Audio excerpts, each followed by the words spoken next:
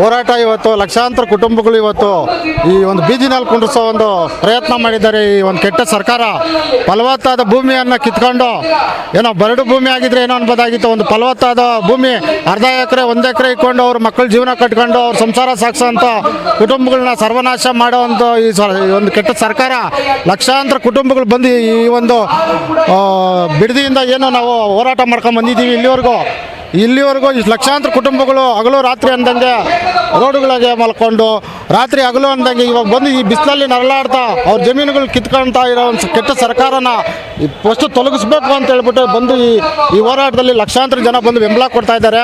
ಇದೇ ರೀತಿ ನಮ್ಮ ಸುತ್ತಮುತ್ತನೂ ಫಲವತ್ತಾದ ಭೂಮಿಗಳು ದೊಡ್ಡಬಳ್ಳಾಪುರ ಸುತ್ತಮುತ್ತ KDB ಮುಖಾಂತರ ವಶ ಮಾಡಿಕೊಂಡು ಈ ದಲ್ಲಾಳಿ ಕೆಲಸ ಮಾಡ್ತಾರೆ. ಈ ಒಂದು ಕೆಟ್ಟ ಸರ್ಕಾರನ ಫಸ್ಟ್ ಕಿತ್ತೊಗಿಬೇಕು.